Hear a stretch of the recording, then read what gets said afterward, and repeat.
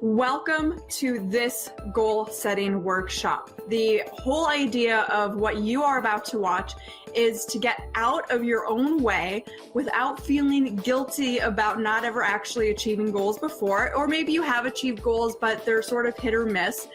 What we're going to be going over today is the core components of setting goals and how you can work them into your life and actually what a goal really is in the first place. So the very first thing that we need to do is you need to get clear on your goal setting persona. So you're either the visionary, the worrier, or the warrior. So for a visionary, you are excited and you're happy and you're optimistic about setting new goals. So the very idea of setting a goal is exciting to you, but you become distracted and then you become discouraged. The worrier, you get so much anxiety about your goals that your stomach knots up and you have this little lump in your stomach and you try to set a goal and then you just put it off until later and it doesn't actually get accomplished because you're so full of anxiety and worry that what if this isn't the right thing to do?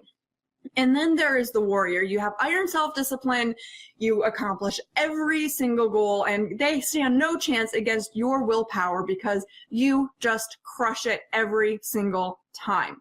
Now, if you're here, you're going to be somewhere between the visionary and the warrior. Warriors don't sign up for goal setting workshops because they know that they don't need to, that they got this shit down. Now, the problem between the visionary and the warrior is that you tend to not accomplish what it is you set out to accomplish. You usually have some big goal, some big vision, some big dream of what you want to accomplish, whether it's in your life, whether it's in your business, maybe it's related to your wellness, or maybe it's related to marriage or family. It could be any one of those things.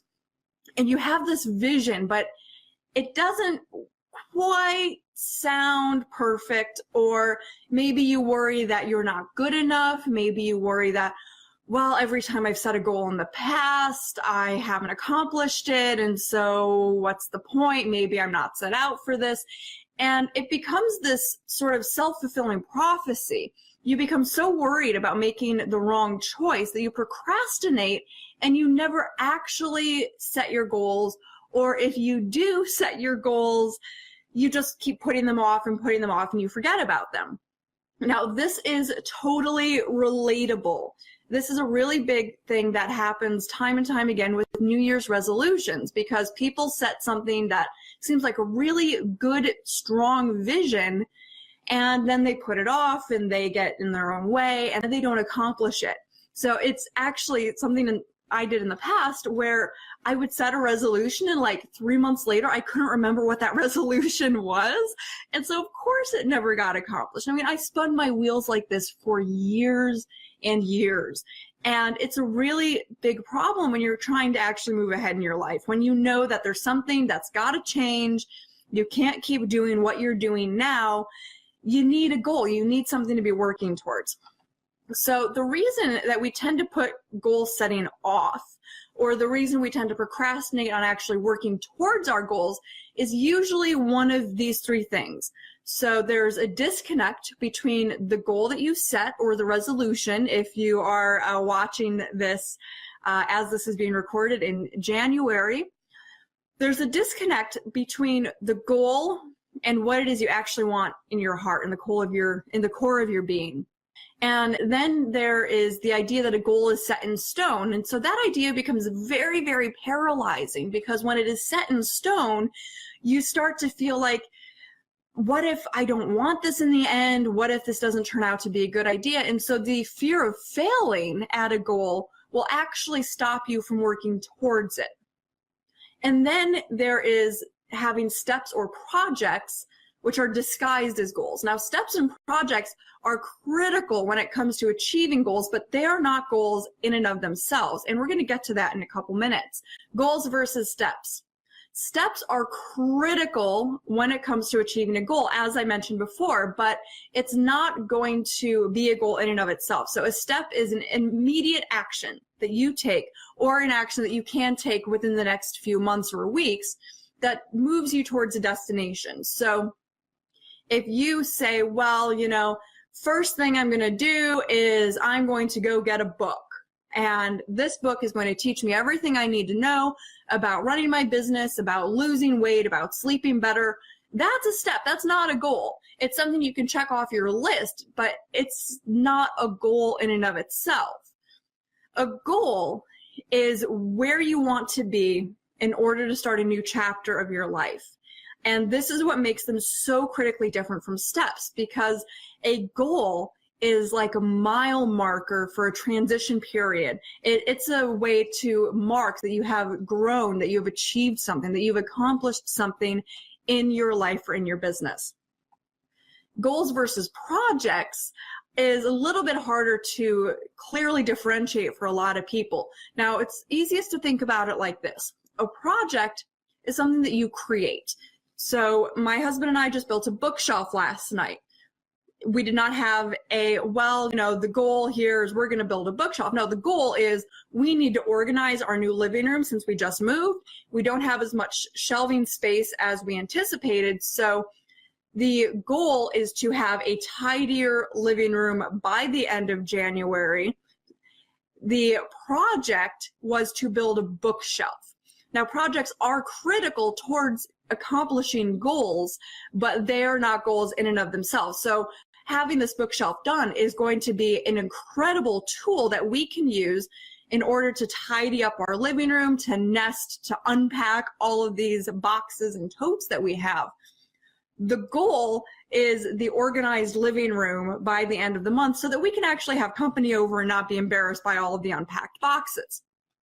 The bookshelf is the tool and the resource that we created that is getting us to that goal. Now, here's a couple more common examples. So writing a book is a dream. I mean, that's all it is. So if you're like, I want to write a book, that's not a goal. That is a dream because it is not defined. Writing the book that you have envisioned, the book that is in your soul, the book that you have fantasized about, that you have dreamt about, that you have known in your heart of hearts that is living inside of you and needs to be birthed into the world, that's a project because that is something that you are going to create. Writing a best-selling book within the next 12 months, again, not a goal. That is a project with a deadline. And I know that it sounds a lot like a goal because it's got that deadline attached. And this is where a lot of people get stuck. Creating the book, selling it, becoming a bestseller, those are projects. The goals are quite different. So here's another way of looking at this. So a goal would be you take that book and you generate $500 a month in royalties from Amazon. That is something that is measurable, that is tangible, that is not something that you are creating in and of itself. You are using the book that you are creating as a tool, as a resource to help you attain the goal. So in order to be a goal, it has to be something that you can attain, and it has to be something that you can measure that you have actually attained it. A project must be something that you are creating. If it's not something that you are creating, if it's not creatable, it's just a dream until you figure out what the action steps are, what the process is for creating that dream. It's just a dream. The other problem is when people feel like goals are hard and fast rules and it's set in stone, and the idea of setting the wrong goal is so paralyzing. You're so afraid of failing that you don't actually do it. And this is something I really want you to take home here. And it's like Pirates of the Caribbean. Goals are more like guidelines. They're navigational buoys that help you move ahead in life. They help you achieve something that is going to help you become a better person, a better entrepreneur. It's going to help you shift something foundational in your life or in your business. And it's not something that is just, I'm going to do this and that's all there is to it. If I don't do it, I'm a complete failure, because life doesn't work that way in reality. I mean, it sounds nice. If that were true, then we would all know exactly what we need to do. We would do it. Everything would be perfect and nobody would ever have any upsets in their lives. If we knew exactly what we had to do, it would be way easier. But goals are more like the navigational buoys. So if you ever have been in a boat, there are buoys that are going to help you get where you need to go to a certain extent. That's what goals are. They are the markers that are helping you reach your destination. It is completely okay if you don't achieve one. It doesn't necessarily mean that you are a failure in life or in business. It means that that goal was not for you, either because the goal was not structured in the right way, you didn't use the right formula, and I'm going to get to the formula for goals, or it's because it didn't resonate with who you are. And there's no way you're going to achieve that goal if it doesn't resonate with who you are. And the other thing that I really want you to pay attention to is that it's okay if the goal changes halfway through your journey, because you as a human being are growing and evolving. You are shifting and becoming your best self, your ideal self, every single day.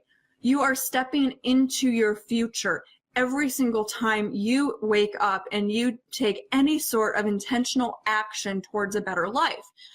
And what that means is a goal that you set 6 months ago may no longer be appropriate for who you are today. The person that you were 6 months ago may not be the same person that you are right now in this moment. And so that goal may no longer fit. And so an example here, a couple of years ago, one of my goals was to be able to spend 3 months traveling, and I wanted to travel to different countries, and I had this whole idea and this whole vision in my head about what it was that I actually wanted to do and how I wanted to spend my time. And it was very measured and planned out. I had metrics and timelines and this whole thing. But then I changed, I grew, and I shifted.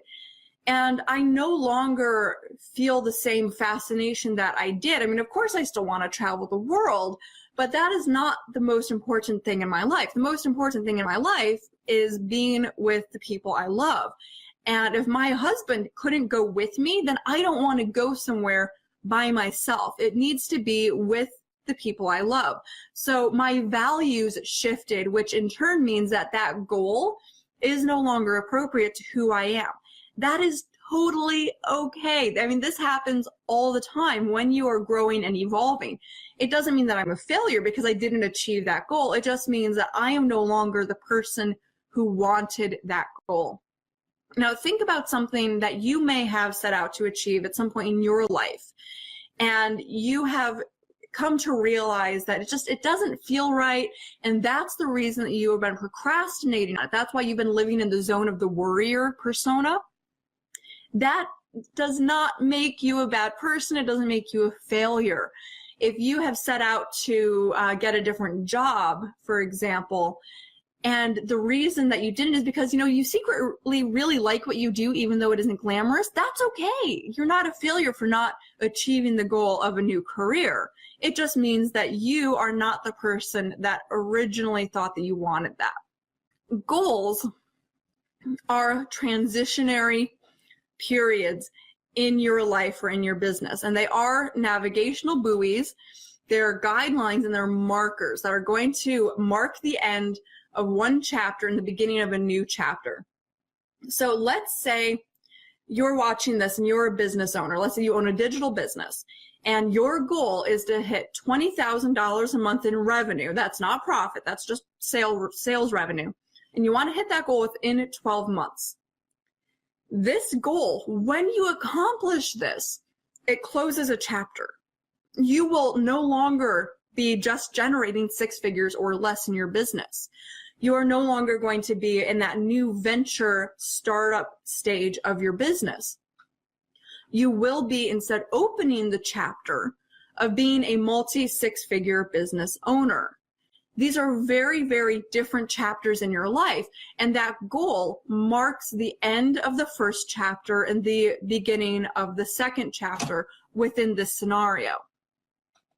Goals are just that. They're a way for you to mark the transitions. They're a way for you to see how you are moving through your life.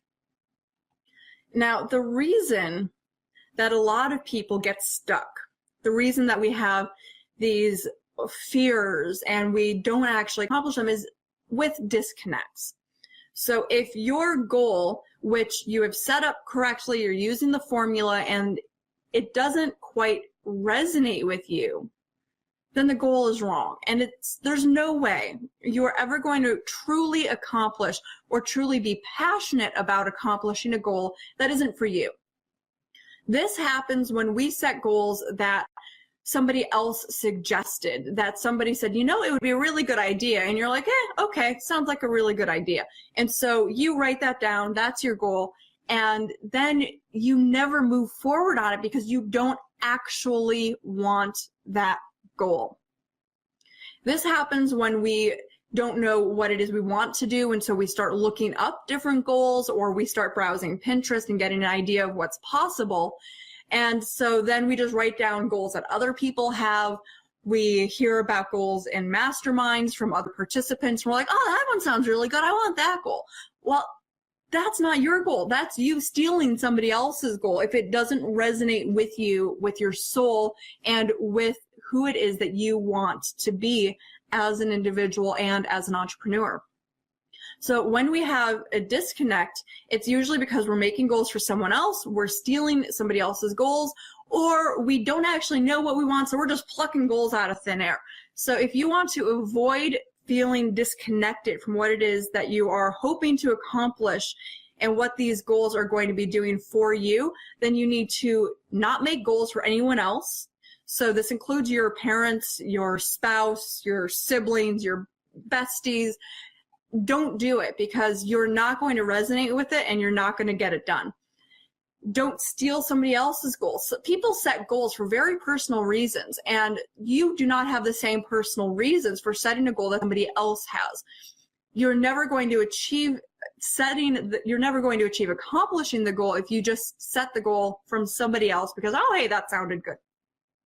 And also, don't go plucking goals out of thin air just because you don't have any ideas. If you don't have an idea, if you don't have a vision, that's all right. You don't have to set a goal if there isn't something that you actually want to accomplish. Don't just go and try to pluck something off the internet and hope that it's going to work out for you, because most of the time it doesn't. Now, here's something that I really want to make sure you take away from this. If you only take away this one thing from this workshop, it needs to be this. If it doesn't light a fire in your soul, it's not your goal. And that was not supposed to rhyme. It just sort of happened that way. But it's true. If it doesn't light a fire in your soul, it's not your goal. If you're not passionate about it, if you're not excited, if you don't dream about it, if you don't wake up ready to work on your action steps to get to that goal, it's not for you. If your goal is, well, you know, I want to lose 10 pounds because all the magazines say that women need to be in this body range, and, you know, maybe it would make my marriage better if I lost 10 pounds. You know, if that's the only reason, don't fucking do it. If you are perfectly happy with your body and having those 10 pounds, then don't set that goal. If it's not lighting you up, it's not for you. So take a screenshot of this if you have to. If you have signed up for notifications about my workshops, I'm going to be emailing out the slides later, and you can just take it from the slides. It'll be high res. You could set it as the background on your wall, on your desktop, for all I care. But make sure you remember this. If it doesn't light a fire in your soul, it's not your goal.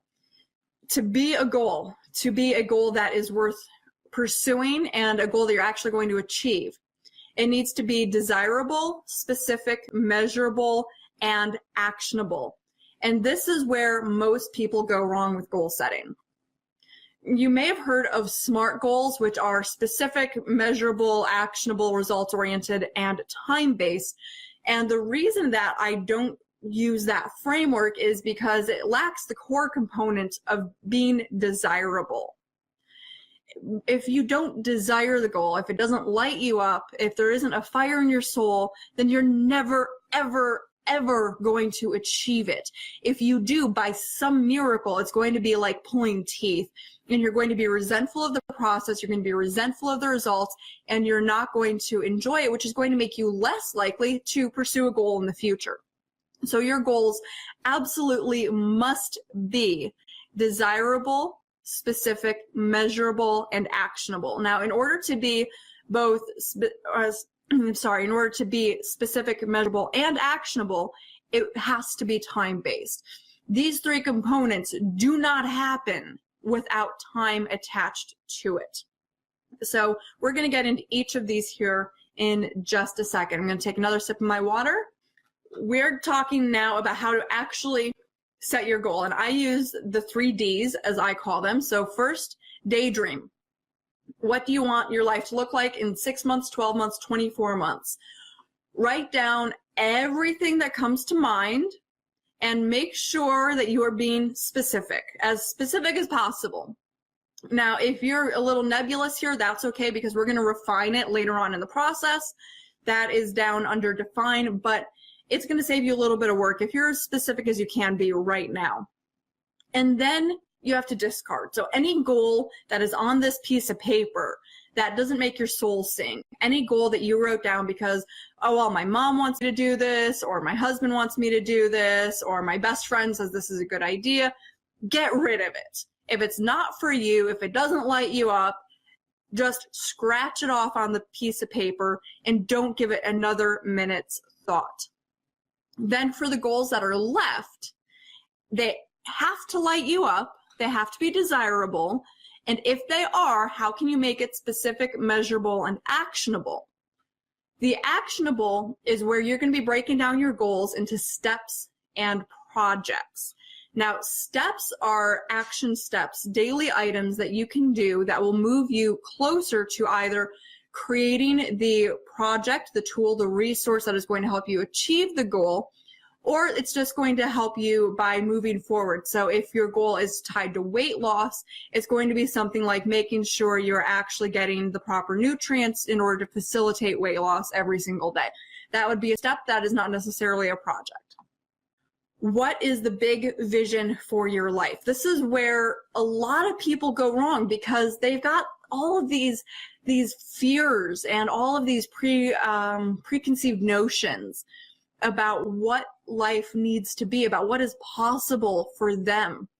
Now, I was just watching last night with my husband a documentary about Monty Python and about how all of the group members of Monty Python came to be part of Monty Python and how it came into existence. It was very, very well done.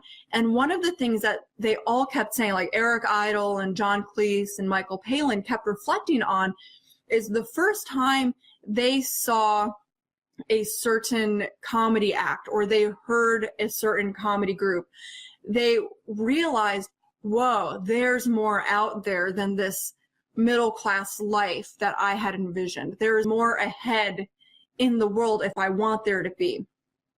And that light bulb moment for the performers was what made them open to the creativity and the possibility that led them to become Monty Python.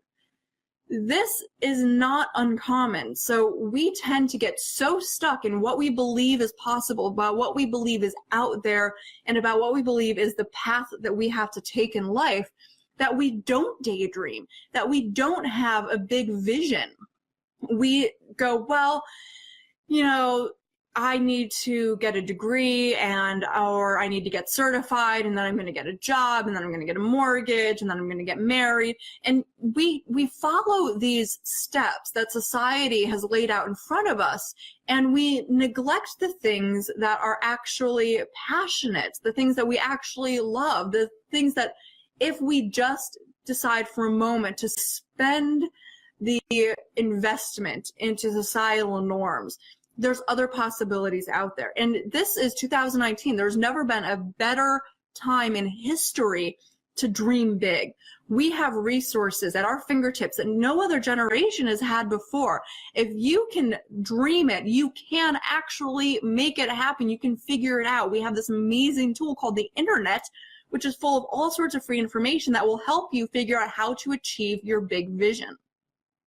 Don't get stuck on feeling like you have to only do what society says is all right in order for you to have a goal or a plan. Throw that out the window, dream big, and this is going to be something that may take a little bit of work. You may need to meditate on this. You may need to set a different agenda. You may need to think about it off and on for a few weeks. You may not be able to accomplish this today. There's nothing wrong with that. Write down everything that comes to mind as it comes to mind, whether that's right now, whether that's next week. Just carry a little piece of paper with you or write it down in your phone. Figure out what that big vision is for your life without judgment and without reservation. From there, go through and discard, literally release into the wind everything that is not actually your goal. So anything that you're doing for your mom, for your husband, for your bestie, for members of your mastermind, if it is not your goal, it needs to be gone. It needs to be removed from your thinking. And you need to not judge yourself. You need to not feel bad for that. You need to not feel like a bad daughter or a bad son or a bad partner if you're going, you know what, fuck that. It's not for me. Get rid of it without the shame. Because only when you're focusing on the goals that light you up, the goals that light your soul on fire, are you going to be able to achieve them with any degree of excitement or passion. Then we get into defining your goal. So we have to define the specificity, your measurement metric, and your action steps. And this is where a lot of people get stuck. How do you make it specific? How do you know if you're going to actually accomplish the goal? How are you going to know if you have achieved your goal, and what steps do you need to take in order to achieve that goal? So in order to be a goal, it has to be measurable. So think about it like this. If you don't have a metric by which you're going to measure the success of your goal, if you're going to measure how you've actually accomplished your goal, how will you know? I mean, it's like trying to run a marathon without knowing where the finish line is. You're just going to be running and running and running, and you're never going to actually complete it if you don't have a way of measuring this. This is why if you're setting a revenue goal in your business, you need to be saying, I'm going to measure this by these specific dollar amounts or by this specific profit margin. You need to know what that metric is in order for it to become a reality, because otherwise, if you just say, well, I'm going to make more money in my business, how are you going to know if you've actually accomplished that? I mean, you could get, an extra $5 cash back reward from your PayPal debit card, and that's technically making some money, and you have made more money, and therefore, have you achieved your goal? Probably not, because that's probably not what you actually want to accomplish. So here's a very simple, easy to use formula that will make it so simple for you to actually accomplish your goal. So write it down in this format. So take a screenshot or grab the slides from the email later on if you're signed up for notifications. I will accomplish blank by blank, and I will know I have achieved success because blank. So I will accomplish increasing my monthly revenue by, and this is where you insert the date. And so let's say January 1, 2020, and I will know I have achieved success because my revenue has increased by 32% or whatever it happens to be. So that final blank space is where you're going to put your measurement metric. And once you have your goal written down in the right format, you need to reverse engineer the steps that you need to take in order to make it happen. So let's say we're using a 12-month goal. You start off with your 12-month goal all written out. Step backwards by 3 months. What needs to happen in 9 months to make success inevitable? What needs to happen then in 6 months to make success inevitable? And then what needs to happen in 3 months to make success inevitable? So if you are trying to achieve your a big revenue goal, let's say, within 12 months, by 9 months, you already need to be well on your way to achieving that, or it's never going to happen, which means in 6 months, you need to be on your way to achieving that as well, but to a lesser degree. And within 3 months, you need to be working on the framework and the systems and the products in order to make that 6-month goal a reality. So let's use an example here. So if your goal is to increase your revenue by $20,000 per month within the next 12 months, within 9 months, you need to have generated an additional $15,000 a month. In 6 months, So remember, we're working backwards from your deadline. You need to have generated an additional $10,000 a month. And in 3 months, you need to have generated an additional $5,000 a month. So that would be 90 days from the day that you set the goal, since we're working on a 12-month deadline here. So from there, once you know what your 9, 6, and 3-month goals are, we're breaking down your 3-month goal into steps.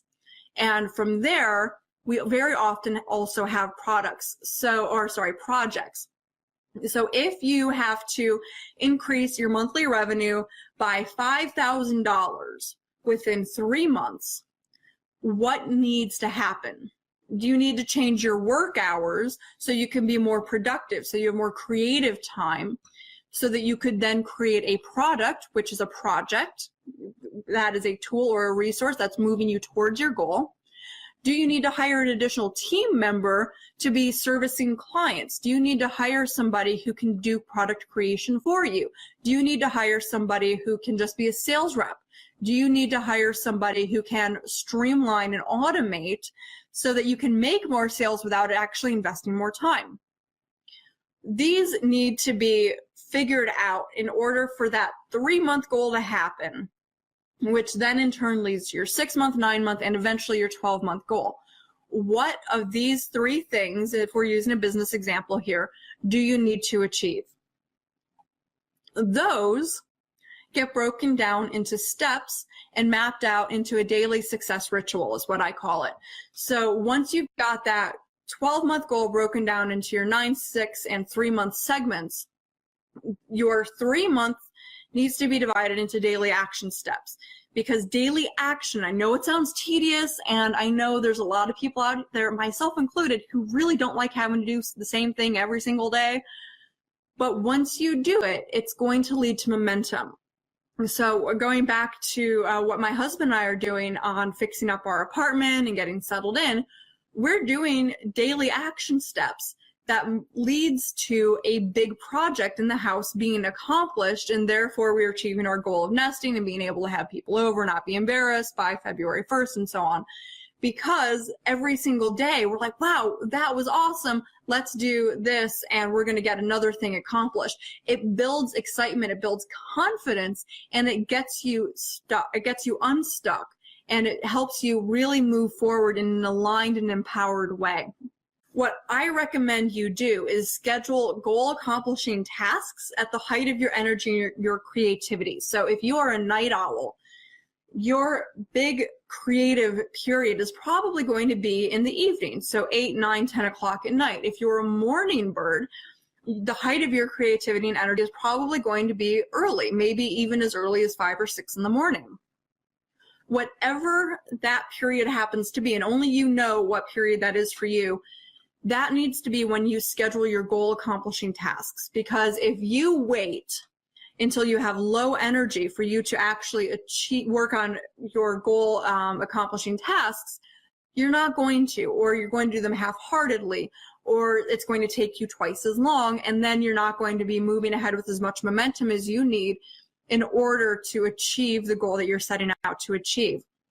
So a perfect example here would be if you are a morning person. Most people who have a natural daytime circadian rhythm, they tend to see a dip in energy around 2 or 3 o'clock in the afternoon. This also tends to be when a lot of people have a little bit of lull in all of the projects on their desk. Do not use that time for your goal accomplishing tasks, because if you're trying to do it when you've got that downturn of energy and creativity, it's going to be more unpleasant. You could instead move your goal accomplishing tasks to the very early start of your day, and then move your busy work to when your energy dips down. So something like going through your spam folder. That does not need to be done at the height of your energy and creativity. And so there's a really good book about this called When by Daniel Pink. It's about how people are creative and productive at different parts of the day based on their creativity. And it draws on a lot of examples from history, which is just a completely fascinating book. And it starts off with how maybe the accident of the Lusitania could have been avoided if the pivotal decision was not made at the downturn of the captain's energy and creativity. So if you want to help figure out when that is for you, if you want to get very clear on when you should be working on doing different things, get that book. I will send that out along with the slides. I'll send a link to that so you can go grab that, and I'll link to that down here in the comments as well. It will change your life when it comes to actually planning your daily success ritual. And so this is something that I really want to make sure that I drive home here. And apparently the image that I had on this slide decided not to show up. But this is my biggest secret when it comes to goal setting and goal achieving, is to start acting like somebody who's already accomplished that goal. So if your goal is to be the CEO of your business and have $20,000 months and more, show up as that person. Show up as somebody who already has accomplished that goal. Now, this is not fake it until you make it. This is putting you in the mindset of somebody who has to take different action steps in order to achieve it. So I'm willing to bet you right here, right now, what you are doing today is not going to get you where you need to go. It could help you get started, but if your goal is a drastic change in your life, in your wellness, in your business, who you are right now and what you're doing right now is not going to get you there. What will get you there is figuring out what those action steps are that somebody who is successful, who is healthy, who has a lot of free time, whatever it is that you're trying to achieve, what does that person do differently from what you do now? And start doing those things. So when I decided that I really want to increase my revenue in my business, and for the sake of my husband and our privacy, I'm not going to reveal what my goals are here, but it's a drastic increase over anything that we have ever made before. When I decided that I was going to drastically change the revenue streams and the structures and the income flows and the cash flows in the business, I had to change the way I showed up. I couldn't just lay around and wait for recommendations or referrals. I had to start being different. I had to be taking the actions of the boss who already has that business. And so try to put yourself in that mindset. And if you don't know what that mindset is, if that person is so far beyond where you're at right now, do some research, figure out who is at that stage or who has been at that stage, and start studying them. There is no lack of information on the internet about people and their habits and their lifestyles, and you can figure out what somebody who's already accomplished what you want to accomplish, how they live their life, and the steps that they have taken which help them achieve that goal. As we start to wrap up here, I want to get into some goal setting tips for you. So you need to remember that your goals are not set in stone. If you get partway through one, if you are on this journey and it doesn't make your soul sing, if it doesn't light you up, let it go. Just cast it away and move on to something that actually inspires you. The next is to take your time. So you don't have to get your goals all figured out right now. You don't have to get them figured out ever, really, if you don't want to. But take your time. Don't force it. Don't rush it. Because when you do, you're going to likely set goals that are for somebody else. You're going to set goals that don't really light you up. You're going to be setting goals that really are not designed for you. And there's nothing worse than setting a goal for somebody else. Then find somebody who won't judge you and get some accountability if that is one of the ways that you work. Not everybody does well with accountability. Some people tend to not accomplish things when they share it with somebody. Other people only accomplish things when they share with somebody. Tell someone who's not going to judge you about your goal, and somebody who you can trust to have your back. Next, start putting your goals where you're going to see them every single day. Whether it's on your phone, your desk, your giant dry erase board like I have, put it somewhere where you cannot possibly ignore it.